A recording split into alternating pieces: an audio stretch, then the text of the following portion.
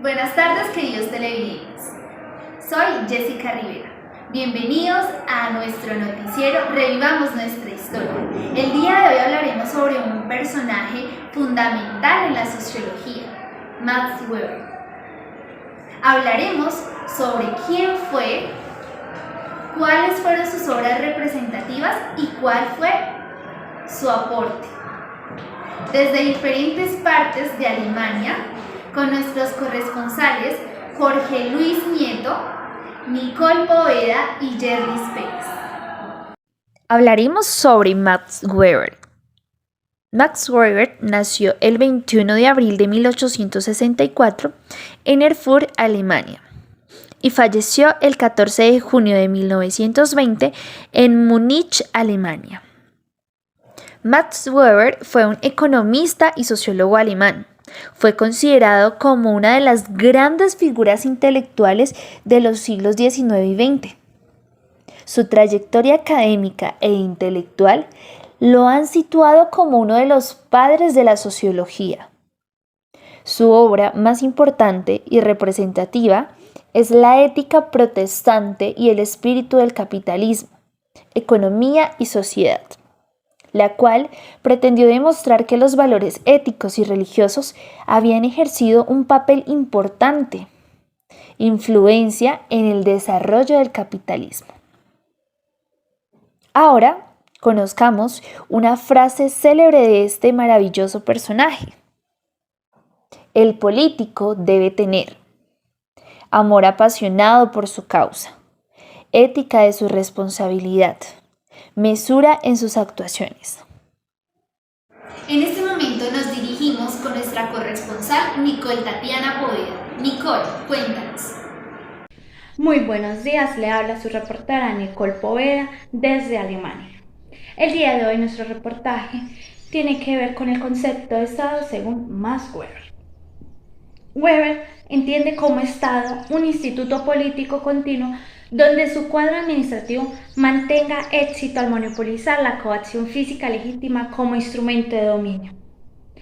Weber maneja la teoría de tres componentes de la estratificación, donde argumenta que el poder puede tomar una variedad de formas, las cuales son riqueza, prestigio y poder. Weber defiende el concepto de Estado con el moderno tipo de la misma, ya que en su pleno desarrollo es un producto moderno. Este se caracteriza por ser de orden jurídico y administrativo.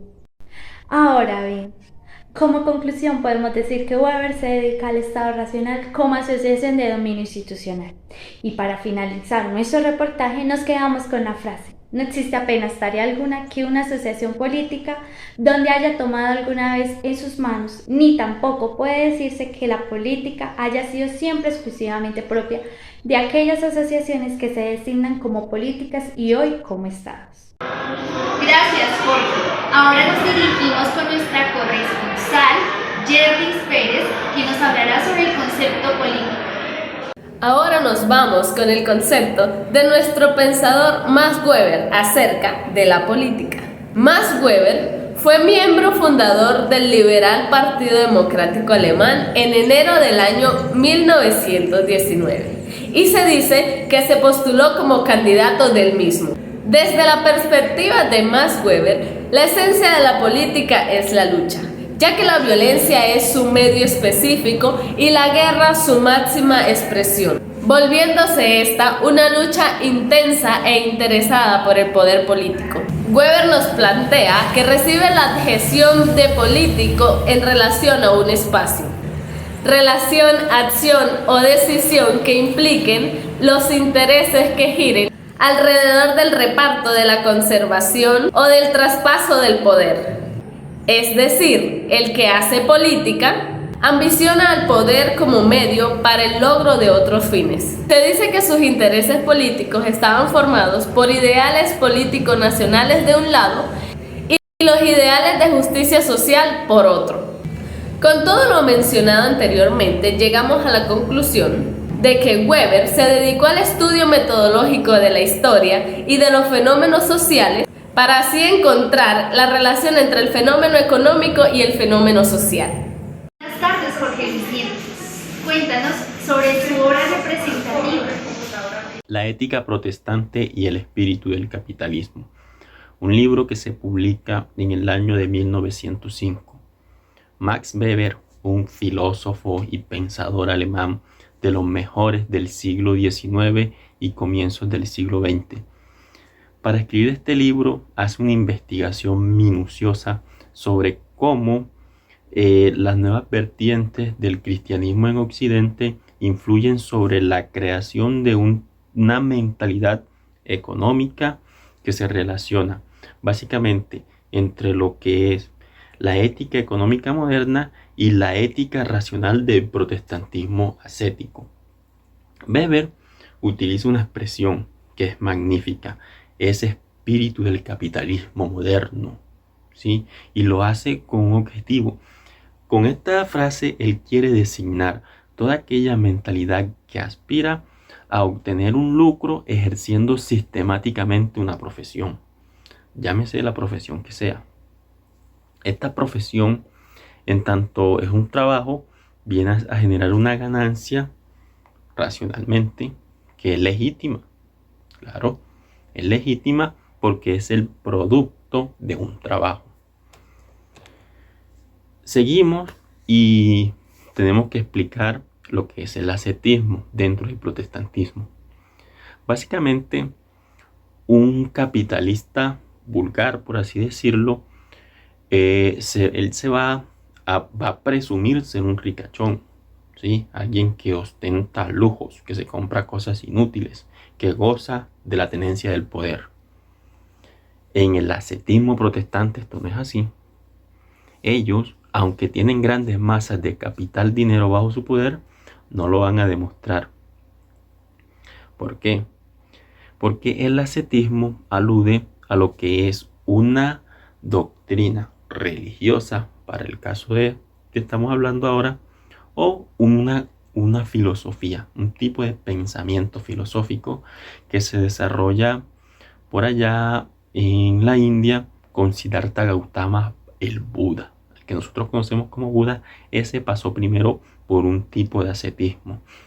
El ascetismo en los dos casos no hay diferencia, viene a ser esa alienación del individuo, ese alejamiento del ser humano hacia todo tipo de placer terrenal. Llámese placer de la carne, llámese placer de la gula, sí. Todo lo que tenga que ver con la materialidad está rechazado dentro del ascetismo. Nos dice nuestro amigo Max Weber que la reforma luterana cambió la moral y la conducta de los individuos. ¿Por qué? Porque se eliminó el poder eclesiástico. Ese mismo que durante siglos controló Europa viene a decaer ante lo que es la reforma luterana. ¿Qué pasó? Que este poder se suavizó con el hombre, pero vamos a recuperar lo que habíamos perdido. ¿Por qué? Necesitamos ahora volver a controlarlo todo. En el protestantismo se da este control, y es un control tanto en la vida privada como en la vida pública. Uno de los controles que se va a hacer durante toda la modernidad es en la valoración del trabajo y de la profesión. Como una norma, esto ahora lo vamos a presentar ahora como una normatividad que constituye uno de los pilares sobre los cuales se construye, se edifica el capitalismo. Ahora nos cabe una pregunta: ¿quiénes se encargaron de difundir todo este tipo de ideas? ¿Sí? Esta nueva ética del capital. Encontramos una respuesta, y es la siguiente: que en los Estados Unidos fueron los calvinistas, mientras que en Europa estaban los pietistas, los metodistas y el movimiento bautista.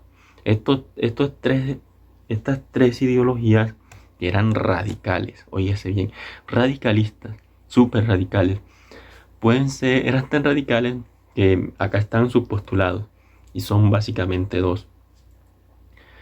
Van de la siguiente manera: dicen que Dios creó dos tipos de hombre.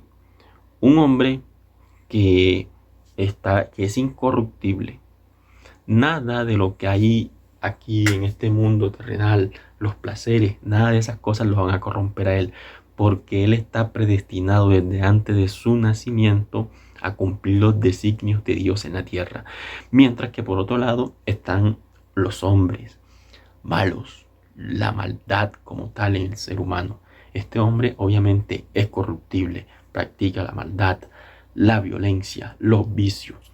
Y en la medida que él está inmerso en todos estos pecados, él va a tener una finalidad muy dolorosa, que va a ser un final casi que dantesco.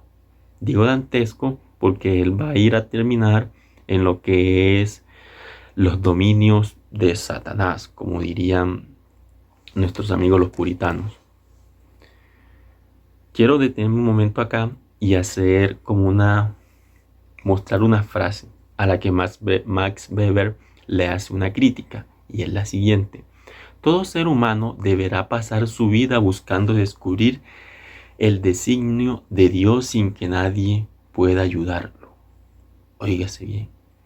Cuando dice que todo ser humano debe por sí mismo buscar porque no lo pueden ayudar, por sí mismo debe buscar lo que Dios le mandó a hacer en la tierra. Lo que vemos aquí es que es un rasgo del capitalismo, que es como tal el individualismo. Ese mismo individualismo que se encarga de deshumanizar al hombre. Recordemos que en el Renacimiento, donde se traen a colisión todas esas ideas clásicas de la Grecia antigua, precisamente esa que dice que el hombre es la medida de todas las cosas, el pensamiento de Protágoras, todo eso va a quedar como derrumbado con lo que es esta frase, sí, porque ya el hombre no es el centro. Ahora el centro en el protestantismo ascético vuelve a ser Dios, es decir, un teocentrismo. Seguimos. Para finalizar, el poder ejercido por la concepción puritana de la vida no solo favorece la formación de capitales, sino que hay algo mucho más importante aquí, y es que esto favorece sobre todo la formación de la conducta burguesa racional desde el punto de vista económico, desde la que aquí el puritanismo fue representante, ¿sí? El puritanismo viene a secular todo lo que es todo lo que es el nacimiento del hombre moderno. Ese pensamiento económico del hombre moderno se ve reflejado mucho en lo que son todo este tipo de religiones protestantes. Acá en Colombia podemos encontrar algo muy parecido. Vemos, por ejemplo, a lo que son las opiniones políticas en tanto a la elección de presidente. Se han hecho muy virales últimamente videos en donde se atacan a políticos de izquierda, porque erróneamente se cree que un político de izquierda no puede tener un proyecto de gobierno en donde se desarrolle una economía de libre mercado, algo que es erróneo. En este sentido, este tipo de iglesias se tornan en contra de esos partidos. Hay por allá en Cartagena un señor de apellido Arrázola que se ha hecho muy famoso porque en medio de la pandemia él quiso como romper todo tipo de paradigmas y llevar lo que era la acumulación del capital a otro nivel. Y él se planteó, no le dio ningún problema a lo que era abrir una cuenta de banco para recoger el diezmo. Grandísima idea de este señor. Ya obviamente, como todos sabemos, aquí hubo una gran controversia porque muchos se preguntaban qué tanta influencia, ¿sí?, viene a tener lo que es el capital o el dinero dentro de las religiones. Muchas gracias.